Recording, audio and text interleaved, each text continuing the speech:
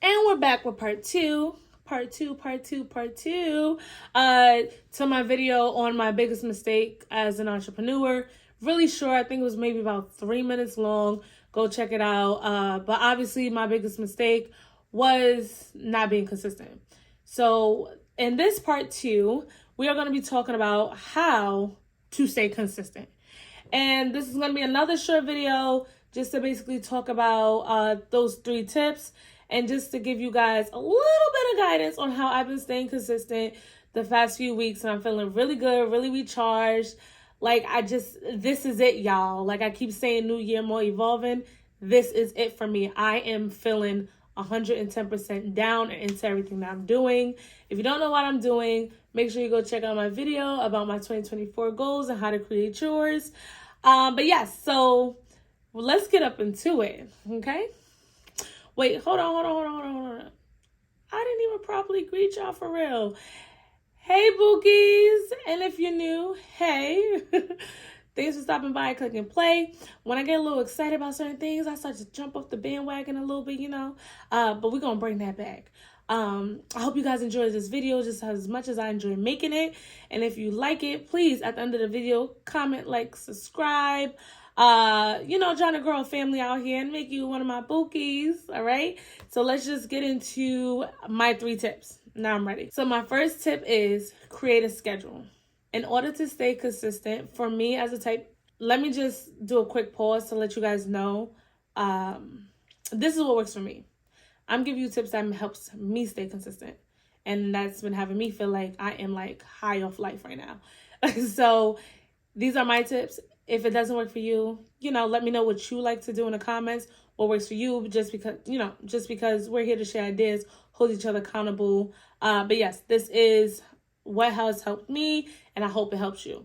So, number 1, like I was saying, I'm a type A person. If it's not written down, I will not do it. It will not happen. So, in order to make sure that it does happen, I stay consistent, I create a schedule. What I do is I do a weekly schedule. And I do 2 schedules. I do a weekly and a monthly. But I do a weekly schedule that is super, super, super detailed. And then my monthly schedule just has like what I'm trying to do sporadically, throughout the month. However, my weekly schedule gets done at a quiet time, whether it is 10:30 at night when the kids are sleeping, or 5 o'clock in the morning when the kids are still sleeping, or when they're running around doing whatever, and I could go hide real quick just to get my weekly schedule out.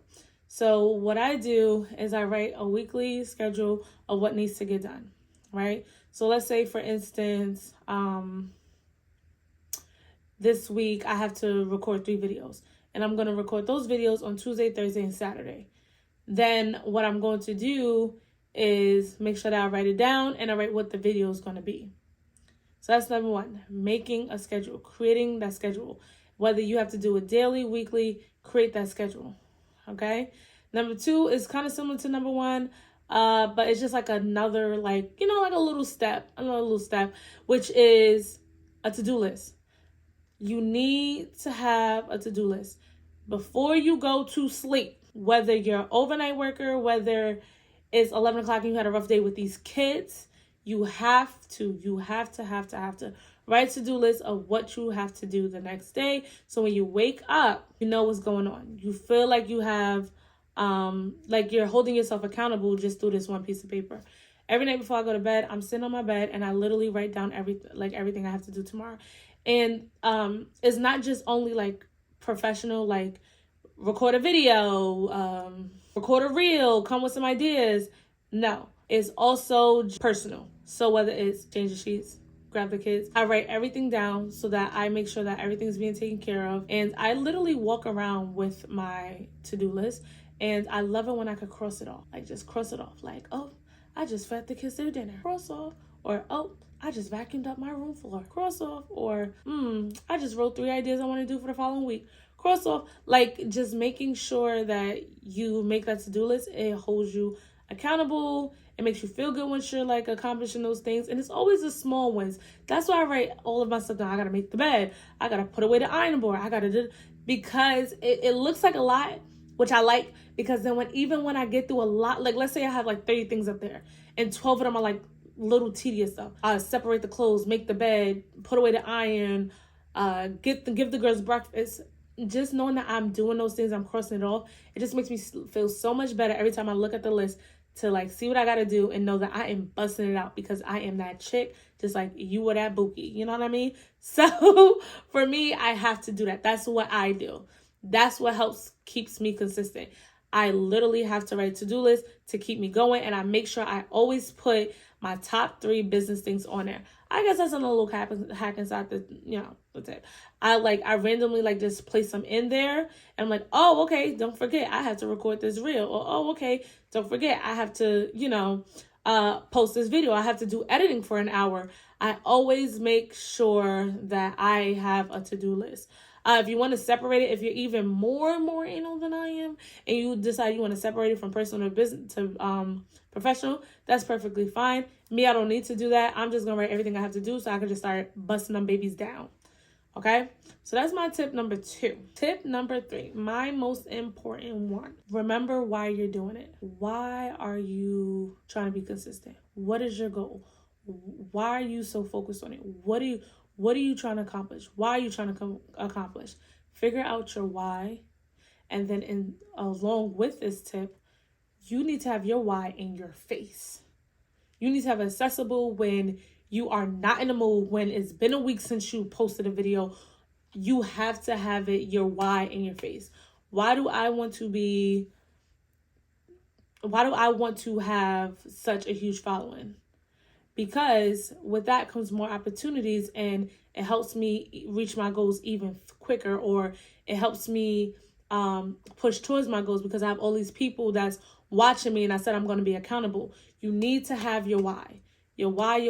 Like for me, my why is in the front of my creative book, where I read all my creative ideas, my content ideas, my talking points. I have it on my to-do list. I have it on my phone. I have it as an alarm. And it's a random line, I think every Tuesday, Thursday at a certain time. I always remember why. I always get told why. So I want y'all to make sure that you write down why you're doing it, and you figure out how you're going to make sure that you have this why easily accessible to you, whether it's in your phone, whether it's in your car, on a Post-it, whether it's in your book that you open every day, whether it's on a bookmark that you use to read your books. Just make sure that why is always there so that you know, so that you can continue to push towards your goal. Because it's really, really easy to get lost in the sauce and just decide not to even deal with it. You know what I mean?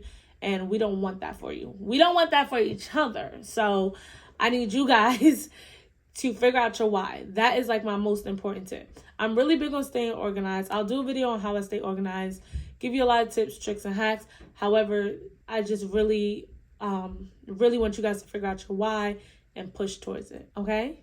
And just a little bonus while we're still here and we're still chatting it up and I'm feeling good because it's just a good week for me. I'm just in my prime right now. I'm in my prime. Is to always be gracious. Don't kill yourself, but just make sure that you are always pushing towards the goal. Sometimes you will slow down. You might be posting 4 times a week, every week, and then this week you only post twice. That's okay. Just always make sure that you celebrate the small wins, because when you celebrate the small wins, it always helps when you hit that big goal, that big baby. So that is just my little, advice to you guys. Thank you so much for holding me accountable. Thank you so much for, just being a part of this journey with me. I hope that I'm helping you as much as you are helping me. And I can't wait to continue on this journey with you guys. This is so exciting.